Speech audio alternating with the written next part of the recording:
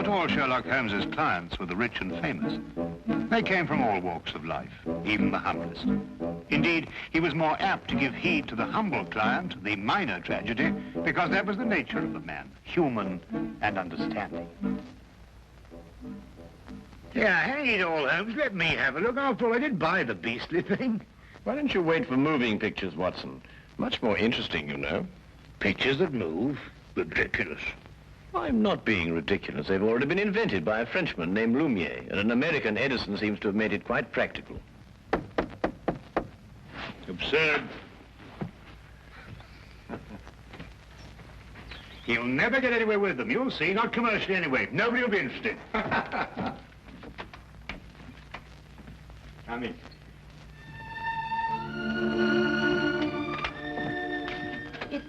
It's Mr. Sherlock Holmes, please, sir. Yes, he is.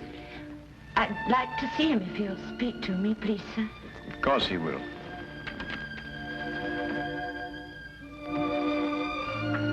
This is Mr. Sherlock Holmes. I'm Dr. Watson. Mrs. sir? Mrs. Jessie Hooper. Oh, come now, my dear. It's not as bad as that. It's Billy, sir. My husband.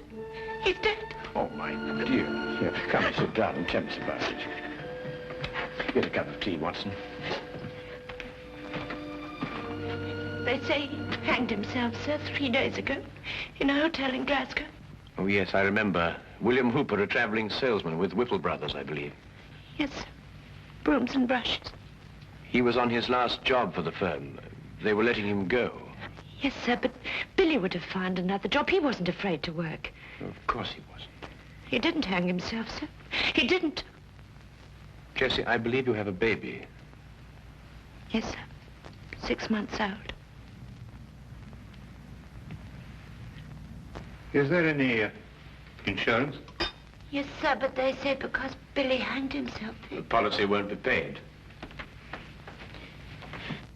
Tell me, Jessie, when did you last see Billy? On the day he went out to Glasgow, on the train.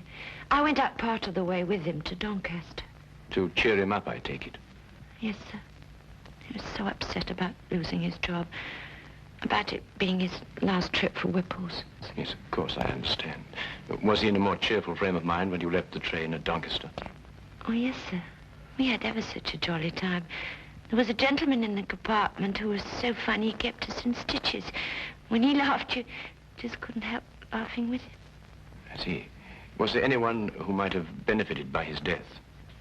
No, sir. No one at all. Was he a native of London? No, sir. He came from Exbar. That's a little village in Cornwall. I see. Well, I can't promise anything, Mrs. Hooper, but I'll certainly do my best. Now, where can I get in touch with you? Number 26 Western Lane. And sir, there's something I must tell you. Yes, Jessie? I'm not very well off, and what with the expenses of the baby and... No, never mind, never mind. There's no fee. Oh, thank you, sir.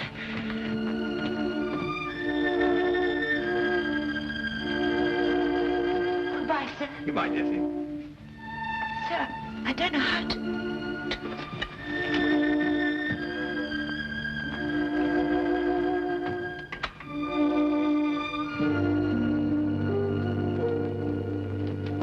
Holmes, how did you know so much about William Hooper? I read about it in the papers, Watson. One of those domestic tragedies that become buried in the back page.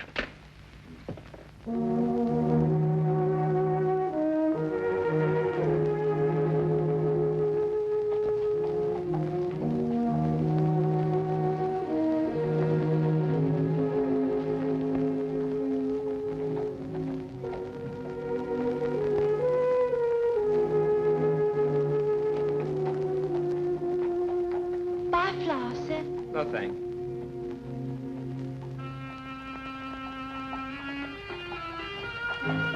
Flowers, sir. Flowers for your missus. Got any stinging nettles?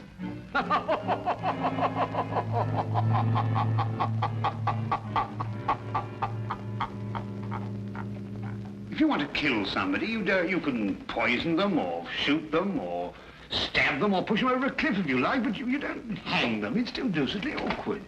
Unless, of course, you want to make it look like suicide. Oh, Watson, be a good fellow, would you, and buy me 15 feet of manila rope before we go out to Glasgow? Well, we could buy that anyway. Glasgow?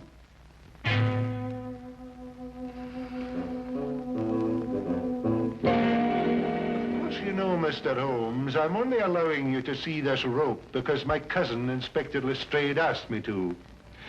He tells me you've been a wee thing useful to him down there in London from time to time. Well, that's very kind of you to say so, Inspector McDougal. I'm sure that your cousin would appreciate that. Well, there it is. Nothing but an ordinary rope. Nothing unusual about it at all. Well, it's an efficient knot. Which anyone could have tied. And you're quite convinced that Billy Hooper hanged himself with it, eh? Well, he put the rope round his neck, stood in a chair, and then kicked the chair from under him. But first slinging the rope over a ceiling beam and tying it to a bedpost, eh? Aye. Have you examined the rope with a glass, Inspector? Glass, Mr. Holmes. In Glasgow, we have another use, a more practical use for a glass. To put a wee drop in, you can. Oh, yes, yes. Then you'll find this glass a wee bit different, Inspector. It helps you to see things more clearly. Just what am I supposed to see with this? That the fibers on the rope that were slung over the beam point towards the noose. Yeah, I can see which way they point, but I can't see the point of them. Ah, well. You will, Inspector. Now I should like to have a look at Billy Hooper's shoes and the room in which he was supposed to have hanged himself. Mr. Holmes, I'm beginning to have a great deal of sympathy for my cousin, Inspector Lestrade, to say nothing of the entire London police force.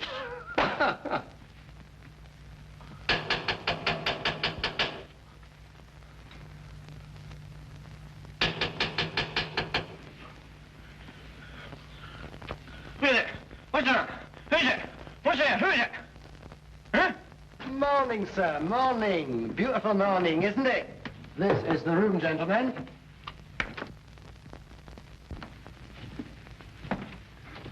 This is the beam, I presume, over which the rope was slung. And this is the bedpost the laddie tied the rope to. Interesting. Just a little routine detection, sir. Why don't you go back to sleep? Watson, let me have the rope you bought in London, would you? Yes.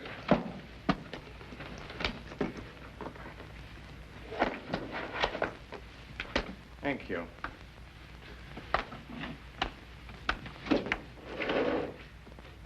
Now, would you come and stand under the noose?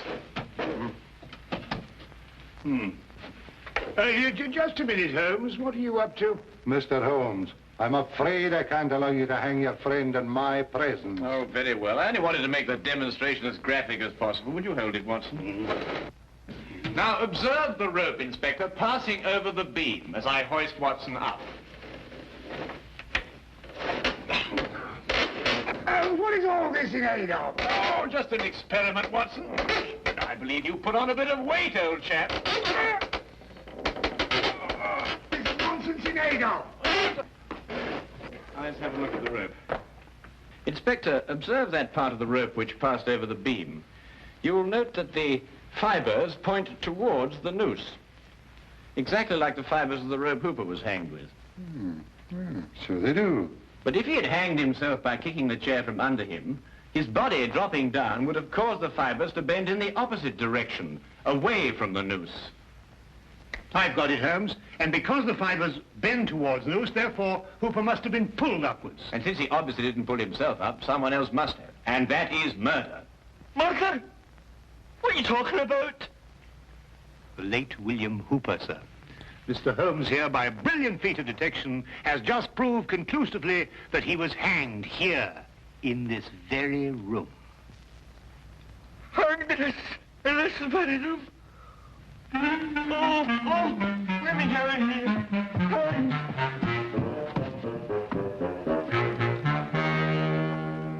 And this, I presume, is the chair that Hooper stood on. Yeah, that's it. Yeah, there are no scratches on the seat. And there was a nail sticking out of Hooper's right shoe. Further evidence if you require any, Inspector. Ah, fragments of glass. Was there a broken drinking glass found on the floor, Inspector? No, nothing at all. Oh, I expect the murderer tied it up after him. But I think that we'll discover that he gave Hooper a drink with a drug in it. Rather difficult to analyze at the moment, but I shall have a look into it.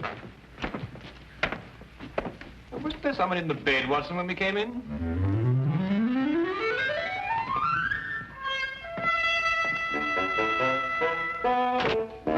John Carver, 28 Minute Road, Birmingham. Henry Hampton, 76 Casket... 76 Casket Lane? Do you recall Hampton? Hampton. Yes, I remember a salesman, I believe. Stayed just the one night, not one of our regulars. Did you notice anything in particular about him? No. Yes, he limped. That's right, he limped. He limped, did he? That will prove useful, thank you.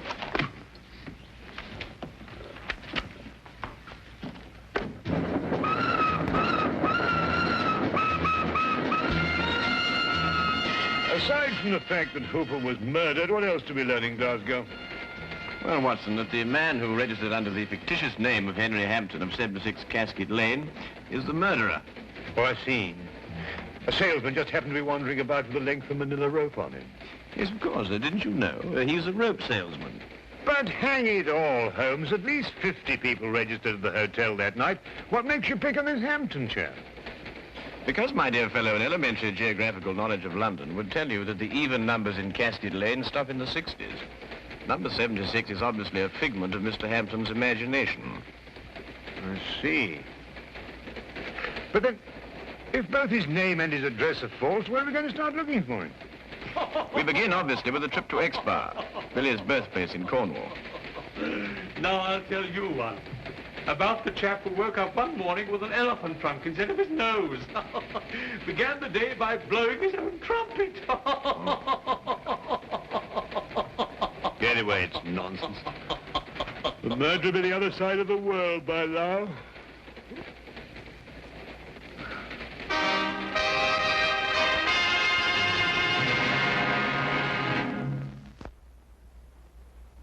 And now we return to the case of the Jolly Hangman.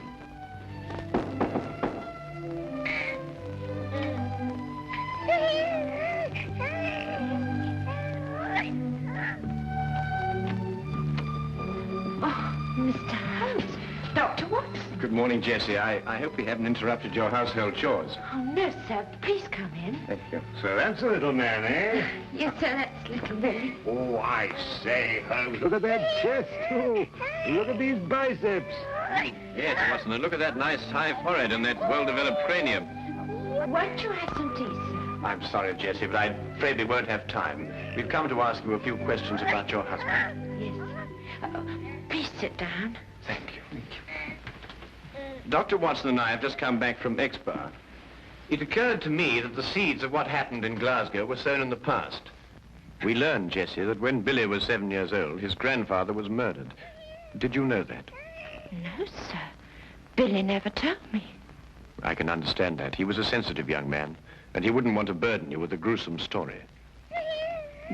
What happened, sir? Well, at that time, Billy was living alone with his grandfather on an isolated farm. One night, the old man gave shelter to a stranger.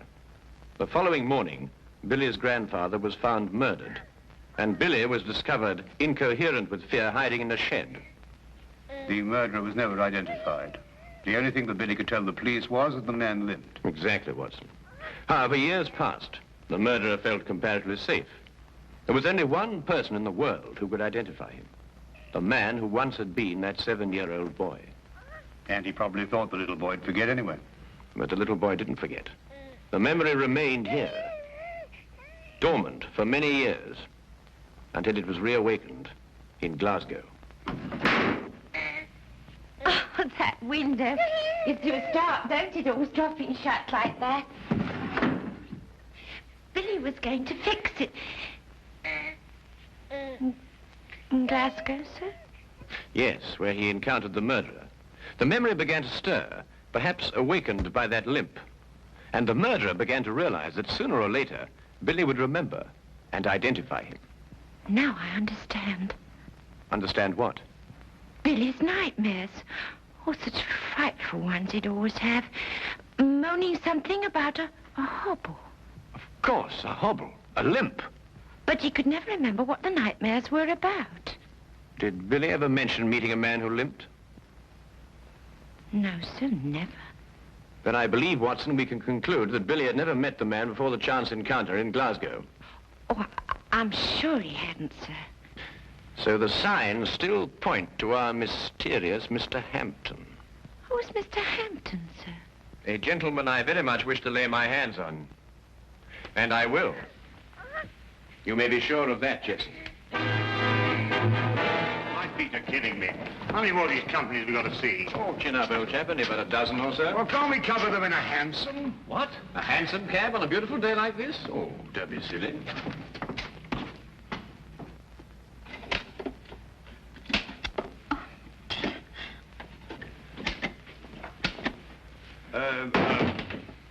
Good afternoon. Do you use a colon or a semicolon after, dear sir?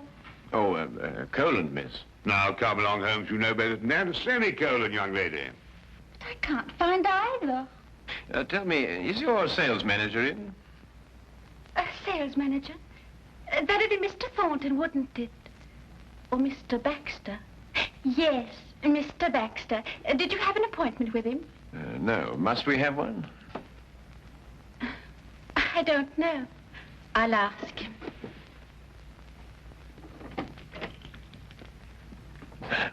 New, I'd say, Holmes. Yes, a safe deduction, Watson. You noticed the fingernails unbroken. Oh, really? Mr. Baxter says you don't have to have an appointment. He'll see you now. Ah, thank you.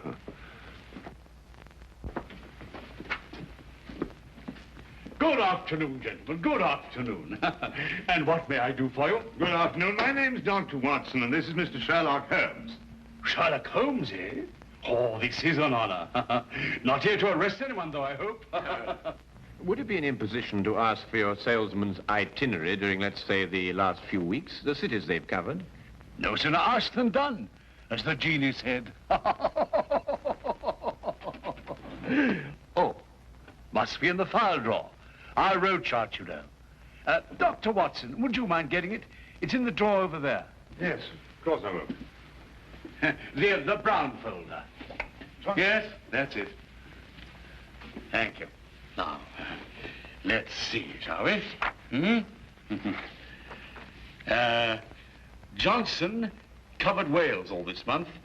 Harkinson over in Ireland. Now, quite sure you've had no one in Glasgow? That's right. Used to go on the road myself, but not any longer. Can't stand the trains. Haven't been in one for years. Yeah. Well, thank you very much indeed. And good day to you, sir. Good day. Come back if you've got any loose ends to tie up.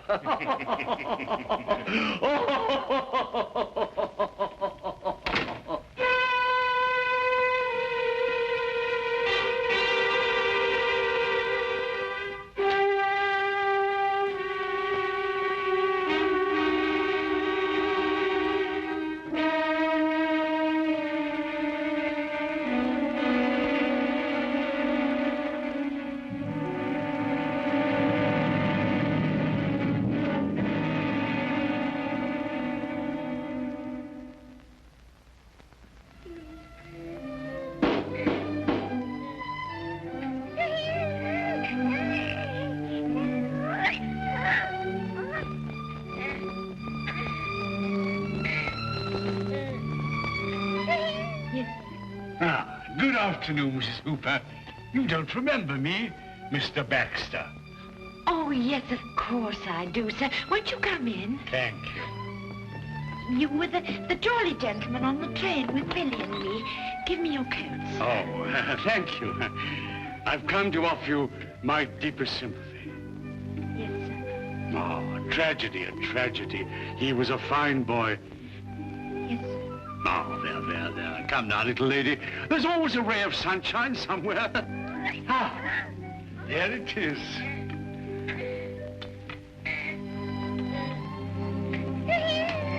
A little bundle of happiness. A joy and blessing for you. You'll always have...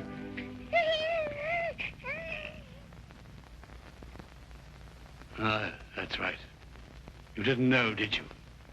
I was seated all the time you were in the compartment, wasn't I? Well, just goes to show you, we all have our trials and tribulations. Yes, sir. Oh, but here am I, forgetting what I came for. How'd you like a job, little lady, and someone to take care of the baby? Oh, sir. Then let's have a cup of tea and talk about it, shall we? Oh, sir, I don't know how to thank you. I'll do anything. I'll send you to a secretarial school, and then you'll be my secretary. Oh, sir, that would be wonderful. You know, I didn't know how I was going to manage. Oh.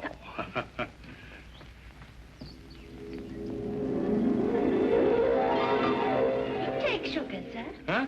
Oh, no, thank you. Looking at you is sugar enough for me. Oh, really? My friend Sherlock Holmes tells me you've been to see him. Do you know Sherlock Holmes, sir? Oh, I should think I do. Always asking my advice, Sherlock is. Can't solve a case without me, he says. He and Dr. Watson went up to Glasgow, you know, inquiring at the hotel where Billy was. And then they went down to Exbar. How do you know all that, sir? Oh, Sherlock tells me everything. I suppose you told him that you and Billy met me on the train. And you gave him my name. I'm afraid I'd forgotten your name, sir. Had you now?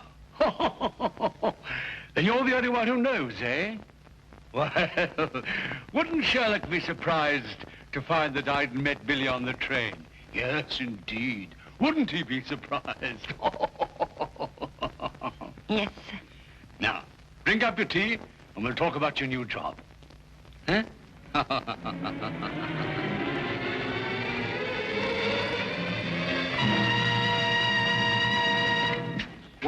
What is it? On the train coming down from Glasgow. What about the train? That's where we heard that laugh. By Jove, you're right. The man telling jokes in the next compartment. Oh, I've been a fool. Why do you suppose he sent you to get that road chart when he could have got it himself? Well, I suppose I was nearest to him. No, because he didn't want us to see that he limped. Don't you understand? He's the jolly man in the train who cheered up Billy and Jessie. Yeah. Cabby! Cabby! Here! Quickly, Watson. We've no time to lose. I'm right behind you. Baxter's office? No. Who's the only person who can prove that Baxter met Billy? Why, Jessie. Yes, of course. 26 Western Lane, driver and fast. We've got to stop another hanging. Just sleep. Sleep.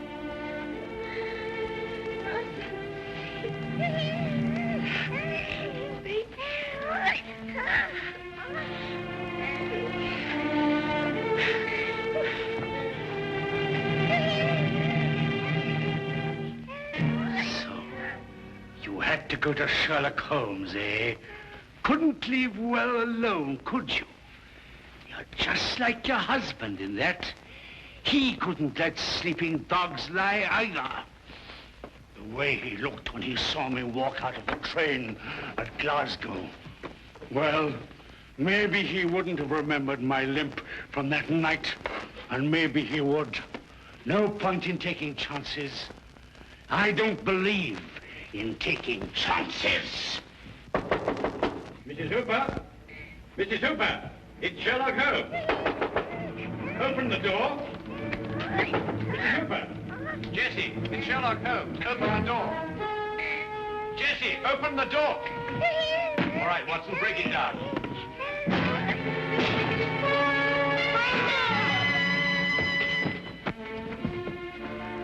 It's all right, she's just drugged. Look, what?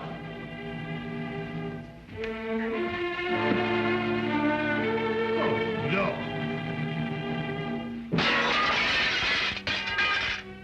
Neck broken.